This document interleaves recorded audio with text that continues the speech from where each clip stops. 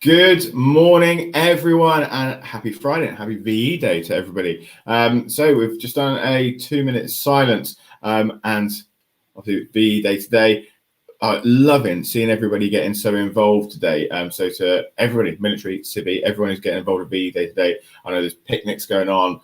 We can't kind of get into it as much as normal, but seeing all this fantastic banners and everything everywhere is really, really nice. So everyone that's supporting VE Day, thank you very much. I've got some fantastic guests on for you today as well. So we're still with Veteran Owned Week, and this is the last episode of the week, guys. We don't do Friday evenings, so the last Veteran Owned Week episode. But that doesn't mean you still can't get involved. If you are a veteran business owner, you can come on the show whenever you like. So feel free to get in touch if you want a spot on the show, and one of the team will get back to you and book you in. So today, what we're talking about. We have got Fitness Friday. So how are we not going to stay at home and get fat? We're going to keep fit. And the things we're going to talk about is, number one, getting your head in the game. And it can be very difficult to get your head in the game when you're trying to kind of go, I need to do a workout, but what do I need to do? Then we'll talk about things that you can do at home. Now, when we're in lockdown, it can be out of our normal routine. If you're used to going to the gym or used to going for a swim, that might be outside of your routine now. So we'll get some tips from the experts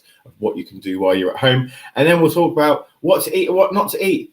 We don't want to sit at home and eat pizzas all day and takeaways. It's not good for us. So we'll get some tips on what to eat and what not to eat as well. So I guess for today, we have Sean. Firstly, Sean is from Forces Fitness and the founder of the Veteran Awards. So guys, get your questions in. This is a really, really great guest. And then we've also got Phil, another really fantastic guest from SOFit and also a Veteran Awards winner. So without further ado, let's bring him into the room.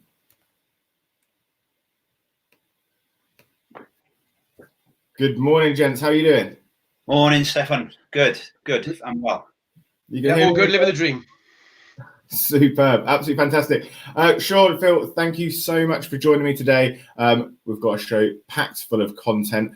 Guys, for everybody watching, we do this completely free. We don't charge anybody to watch the show as yet. So all we ask is that if you know anybody that can benefit from anything we talk about today, then please do tag them in the comments or share the whole video with them. Pay it forward.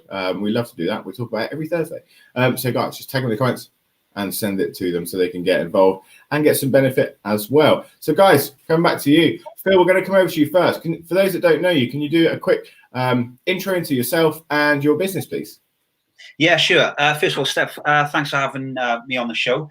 My name is Phil Jones, former Royal Marine for just over 10 years, and I own and run Swansea Outdoor Fitness, or shortened SOFit. And yeah, basically predominantly a outdoor fitness boot camp, but also a health and wellbeing coach for corporate companies and individuals. Superb. Thank you, Phil. And Sean, over to you.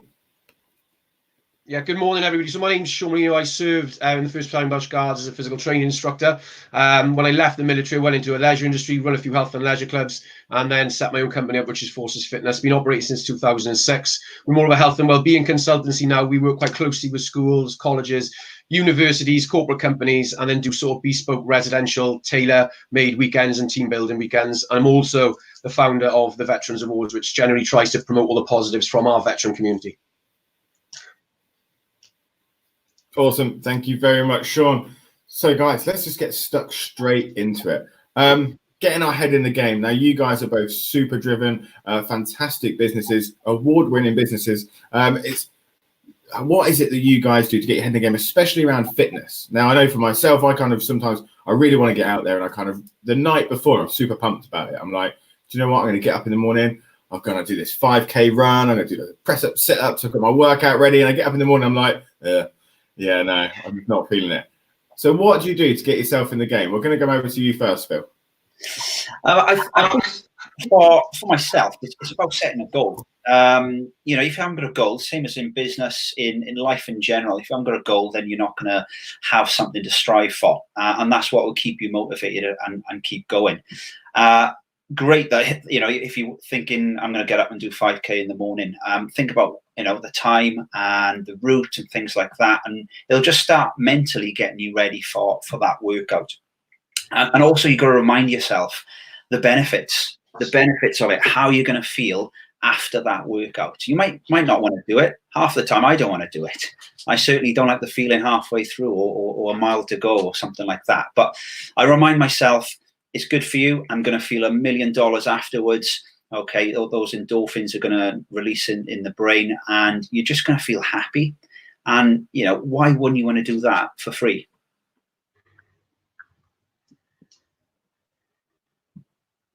I muted myself. Oh, we got feedback. No, we're good. Sorry, a little delay there. Guys, Phil, thank you very much. Absolutely right, 100%. Those endorphins feel great. We love endorphins. So, guys, absolutely get out there. And it is that, like you said, and I love it, that last mile is always the best one. You need to learn to love that last mile. We talked about the other week about when you wake up in the morning and it's kind of a lovely sunny day, there's no real excuse not to go, do you know what? It's a really nice day. I'm going to go out today. I'm going to go and do a tab. I'm going to go and do a run. The best ones are when it's pissed it down with rain or it's snowing. And then you've really got to kind of go, I'm not sure about that. Yeah. And instead of closing that door behind you and going, absolutely no chance, use that as, do you know what? I love this. This is a little bit of me. This, put on an electric coat, get out there, get stuck in, and really do it. And embrace that last mile. Learn to love it. It's the one that hurts the most, but it's the one that gives you the most benefit.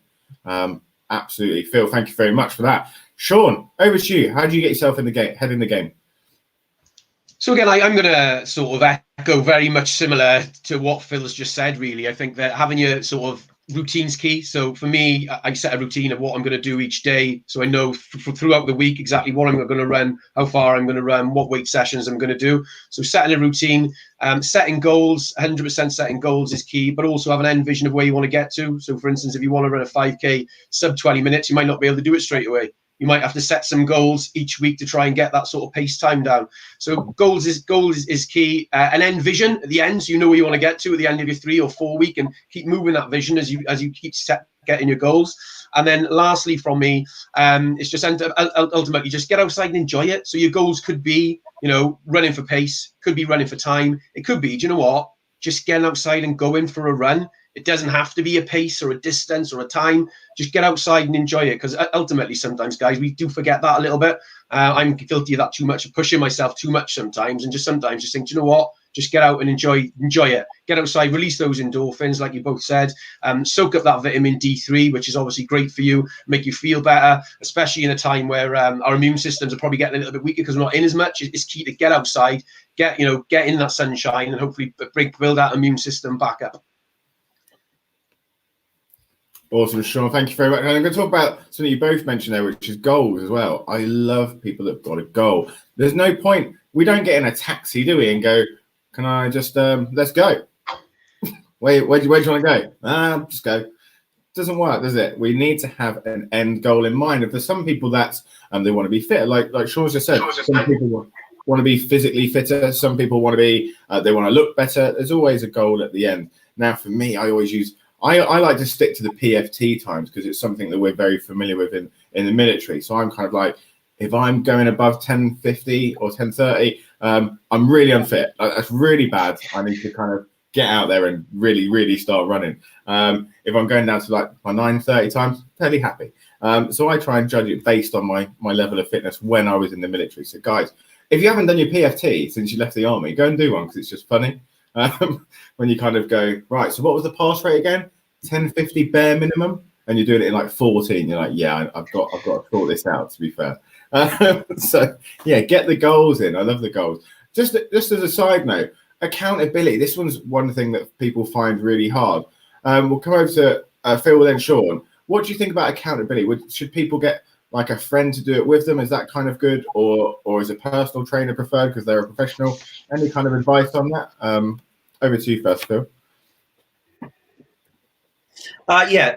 Definitely. Accountability is key. I know certainly with my clients and my boot camp members, through the coronavirus, obviously, I moved my classes online. And I got into a bit of a habit of, right, I'll record loads of workouts for them and just post it up on the website, and they can do it whenever they want. And what they were finding is they preferred keeping a structure of the same time of when we would do the boot camp. So at 6 p.m, they would turn up via Zoom, similar to this, and do the workout. And that's them accountable, because I'm there, I'm watching, I'm coaching. So I think definitely, committing to something, and okay, at 6 o'clock, I'm going to do this, like you say, possibly with a friend or a partner. It's obviously difficult at the moment. But, there's plenty of things out there, classes and things like that, which are, set every time, every day. And if you turn up and do it, suddenly that mindset is habit, and you start learning to missing it. And if you do miss it, you think, oh, damn, I need to get that workout done.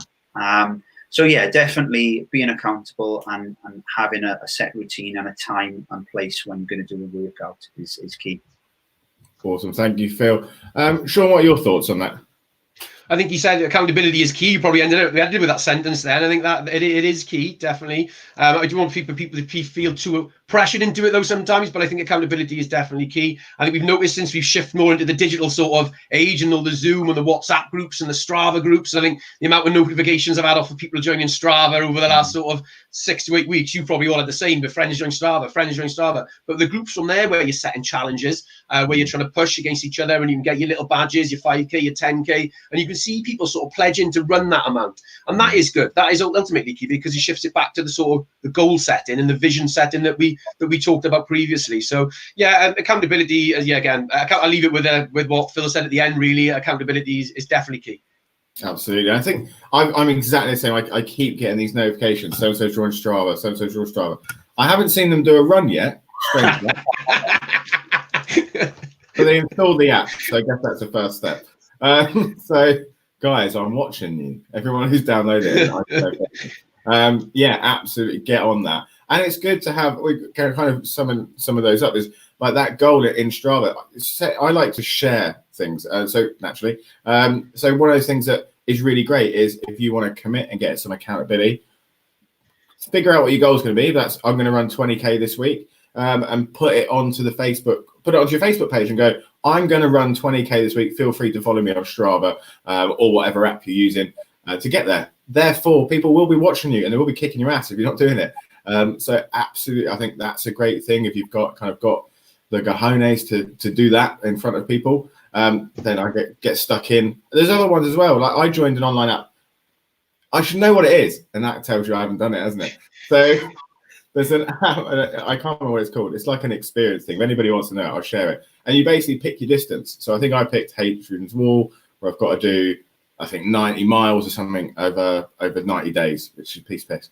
But you kind of do it, and at the end, they track you and all the rest of it, and they'll send you like a really cool little medal, actually, to say, oh, well done. And you can set whatever distance you want, and you can kind of track your journey throughout Hadrian's Wall or the Alps or whatever it's going to be. So, yeah, I think goals like that are really, really good, and it makes you accountable because people are watching you. So, yeah, absolutely. Guys, we're going to go on to talking about working out at home. Now, this is really difficult for some people at the minute. Now, I know for me, I used to get up every morning and go to the gym, love swimming and things like that. Unfortunately, I don't own a pool, which is a shame, really. I think we should all get given them for free. But I like to go for a swim. It's one of the things that I can't get in and do anymore. So for those people that are kind of stuck at home, I know, Phil, you've just mentioned like your at-home workouts, which is fantastic. What things have people got access to out there that they can do from home? Yeah, I did actually a video a couple of weeks back where I basically demonstrated how you can sort of liven up or vary your routine. And also, like you say, we haven't got access to gyms at the moment, so a lot of people are missing that sort of resistance training, that weighted train. So get in your shed, get some paint cans out. Okay, there's plenty of stuff there. You can use garden equipment, a garden chair to do dips on, incline press ups on, step ups, single leg lunges, you name it, you can do it. Okay, I'll share the video on this news feed where I think I've got about 15 different exercises where we can use stuff around the house, even if it's an old day sack or rucksack with some paint tins in there, or food cans, just a little bit of weight, put it on. You can do some squats, and really sort of elevate your resistance training or CV workout. So there's loads of things out there that you can do or around the house. One thing I do like doing is mixing it up, where I go for a short run, so maybe 200 meters, come back to the house, do some body weight training, and then finish on the same 200 or 400 meters. And that really spices it up as well. Cheers, Phil. I really like that. And that's one thing that's key. Lots of us like to make excuses. And this was something that was really big for me when I was thinking about doing like podcasts and things like that. And I used to go, I can't do it because I haven't got expensive microphones, I haven't got expensive cameras, and people are using the same things at home. Like, okay, well, I can't do a workout, I haven't got any weights, or I haven't got this, I haven't got the right trainers, or just get in it. There's no excuse. There is loads of stuff around the house. I'll definitely check that video out, Sean. I think it's really cool for people to know that, yeah, it might be some paint cans, it can be an old burger, a backpack, a bag of sugar, whatever. There's stuff around the house that you can use. It doesn't need to be expensive to start getting fit. So I really like that. Thanks, Phil. Sean, over to you. What can people do at home? I also got the question. Well, again, it all depends what people can do. A lot of stuff at home. There's so many different stuff you could do at home. First of all, we need to figure out, what do you want to achieve, I suppose, is the first question. So obviously some people are already accomplished marathon runners. You might be great at running. Some people might be just starting out at home. Some people might just want to keep the fat off while they're at home and will be happy just not gaining any weight. And some people want to come out with this super fit. Other people are happy sitting on the sofa just smashing the cans back, really. But keeping fit wise, I like to try and put it down to maybe 2 CV sessions a week if you can, and then mix it up with maybe 3 to 4 sort of body weight type sessions or weights. I mean, you might have weights in the garage. If you haven't got weights or sort of kettlebells or resistance bands at home, there's various body weight exercises you can do. I mean, if you're a military veteran, you'll understand the body weight exercises you can do. You remember the old sayings, press up position down and hold and up and down, and the old sit-ups and the burpees. We all love a good burpee, but there's multiple body weight exercises you can do. I try mixing them up a little bit with sort of my guys and the kids at home, because they tend to do it with me. So sometimes you might split it up and just do maybe a core session, which could be maybe 10 exercises of a rotation of twice, really blast that core midsection. Sometimes I split my muscle groups, but then sometimes, I'll just go for an all over sort of body hit workout. So sort of like a mini circuit, really, maybe hard and fast, maybe 20 minutes, and go for a gentle walk with the kids afterwards. But I think mixing it up is key. Again, I think Phil said it again earlier on, some credit, 3 times now, Phil. And I like to think of saying it, that really variety is the spice of life. And while you're home, try some things out. Try some things out, try some different things out. There's some great videos out there. Phil's got some smashing videos out there. There's some other great videos, loads and loads of great online trainers out there. Veterans Awards actually put a video together, which encompassed all different veterans from all different backgrounds, doing different exercises, which was great. We put that out for free. So yeah, just feel free to ask someone. I think at this moment in time, trainers are actually giving their knowledge out, and a lot of people are not sort of charging just for that sort of consultation, just to help each other out, and that's what it's about. We're in a difficult time. We look back to sort of VE Day, which was celebrating 75 years ago, 75th anniversary of VE Day. Now that was a tough time, and at the moment we're in a tough time too, where people need to help each other out, and that holds community spirit. And hopefully we'll see that this afternoon with some maybe garden parties and people sort of getting outside and promoting the positivity that we've got going on. Absolutely, I think that's really good. So people are trying to help each other out at the minute. I think this is one of the things that it's really great to see from individuals and businesses that are going out of their way to help each other. I know that there's so many fitness trainers out there. Any social media platform you're on has fitness trainers giving stuff away for free. Absolutely. So I think if you are struggling to know what to do, I'd get in touch with these guys or find a fitness trainer. Sometimes in the area is quite good as well. But if you're online, you're not really restricted. You don't have to use the guy down the gym that's local. You can use whoever you want. So this is really good. There's loads and loads of info out there. Okay, guys, we're going on to what to eat and what not to eat. Now, some people don't like to cook. They're used to going out, maybe eat with friends, and they're kind of stuck at home now, ordering pizzas and kebabs.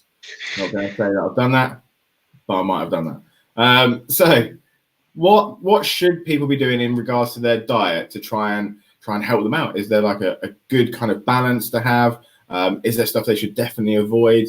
And actually supplements. We get loads of questions on supplements. Should people be taking supplements or should they not be taking supplements? Phil, over to you first. Oh, this is a broad subject. I'll try and keep it as simple as possible. What not to eat? Just stay away from the processed stuff. Okay, it's a great opportunity. Again, you've got to try and look at the positives. It's a great opportunity to be at home and sort of revitalize that home cooking. Okay, if you're putting fresh ingredients, all right, fresh veg, spices, garlic, stuff like that, onions. All right, you're not going to be far wrong. Okay, and that is certainly a positive that you can take out of this. So when we do come out of lockdown, and we will, rather than jump to that takeaway and pizzas like you're saying, Stefan, think, hang on a minute, I actually know how to cook that healthy curry, or that the sort of fake fast food is quite popular at the moment. So just try and stay away from the processed stuff. Home cook, you're not going to be far on. One thing I do, the first couple of weeks, I certainly found it quite hard. Obviously, a lot of worry, anxiety, stress. You do tend to eat and drink a lot more, and I did. I really did. But I've actually switched to sort of non-alcoholic beers, which is like literally a third of the calories that is going to be in there. So you can still enjoy the taste of beer and things like that, but it's not going to put on so much weight that it would with normal beers. And the last point really is for, like I say, we are going to be moving out of lockdown. What you've done, okay, and what you've eaten over Easter with too many Easter eggs and too much alcohol and barbecues, and today, there's going to be loads of cakes and things like that today. It's how you react to that and how you move forward. You can't change what you've done. All right, it's how you move on. All right, in the next few weeks, get back into that routine, get back into a better diet and a better lifestyle, and you'll soon get back to where you were before lockdown. Awesome, thank you, Phil. I think this is one of the things in lockdown now. We have it's a weird time. Admittedly, everyone's outside their comfort zone. It is strange. We have had Easter. Lots of people are still on like Christmas rules at the minute because we're like lockdown, Christmas rules, eat, drink whatever you want. We've got VE Day today. Absolutely right. There's going to be cakes, like Phil said. There's going to be cakes. There's going to be beers. We'll take advantage of that today. No harm in it at all. But yeah, what we're going to do after? Nobody wants to finish lockdown and kind of go out and actually remember you're going to see your friends again, and your cheeks are going to be a little bit more chubby than they were before. So when you want to go out, remember we're going to come out of lockdown. This is a great opportunity to get fit and kind of do stuff at home and just get around. If you want to go and do the garden, at least some activity is good for you. So I would say let's not leave lockdown all with slightly bigger cheeks than we went into. Sean, over to you. So what should people be eating, not eating? Cool. So I certainly haven't switched to the non-alcoholic beers, Phil. I didn't. I haven't switched. I haven't made it that. I haven't got that far yet. So from my side, limited drinking is key. I think, like you said, Phil, when it first started, I had a few more cans. I just naturally did a little bit. You sort of go into a little bit like, oh, what's going on? How are we going to adapt a bit? So the first week I did drink a little bit more. Now I try to limit myself to maybe twice a week, have a couple of cans, not have too much, but I'll have a couple of cans a day and obviously a glass of port this afternoon, but then I won't drink nothing tomorrow. So I try to drink like twice a week. What we should be eating is really a healthy, balanced diet. So keeping food natural. It should be high in fiber, low refined carbohydrates, and with good fats and a good source of protein. So from my side, we need to be eating about 7 to 9 fruit and vegetables. People might say that 7 to 9 fruit and veg, but a lot of people don't even know what one fruit and veg is. So one fruit and veg is 80 grams, and if you put a small pear on the weighing scales, that's probably going to weigh about 80 grams. So if you have a big apple, it could be 2.5 fruit of your fruit and veg a day. So we want to be somewhere between 7 to 9 a day. So when I have my Sunday lunch, that's easily 9, 10. That's my intake done. You want to drink 2 to 3 liters of water per day. Water, especially cold water, speeds up your metabolic rate, which in turn helps you burn fat. You stay hydrated. It makes you perform better. So make sure you stay hydrated. Take that water on. Fish is key. Fish is massively key. I remember my gran called it the brain food. When I was younger, I remember all our nans, like, remember eat the fish as your brain food. So that's great for you because it's got good omega-3s. It's a good source of protein and a great source of good fats, which is really good for your emotional health. And obviously protein promotes growth and repair within the body. And then we obviously need 2 more things, which are carbohydrates. So I try and switch to wholemeal. So if we're cooking, try and use the wholemeal over the white.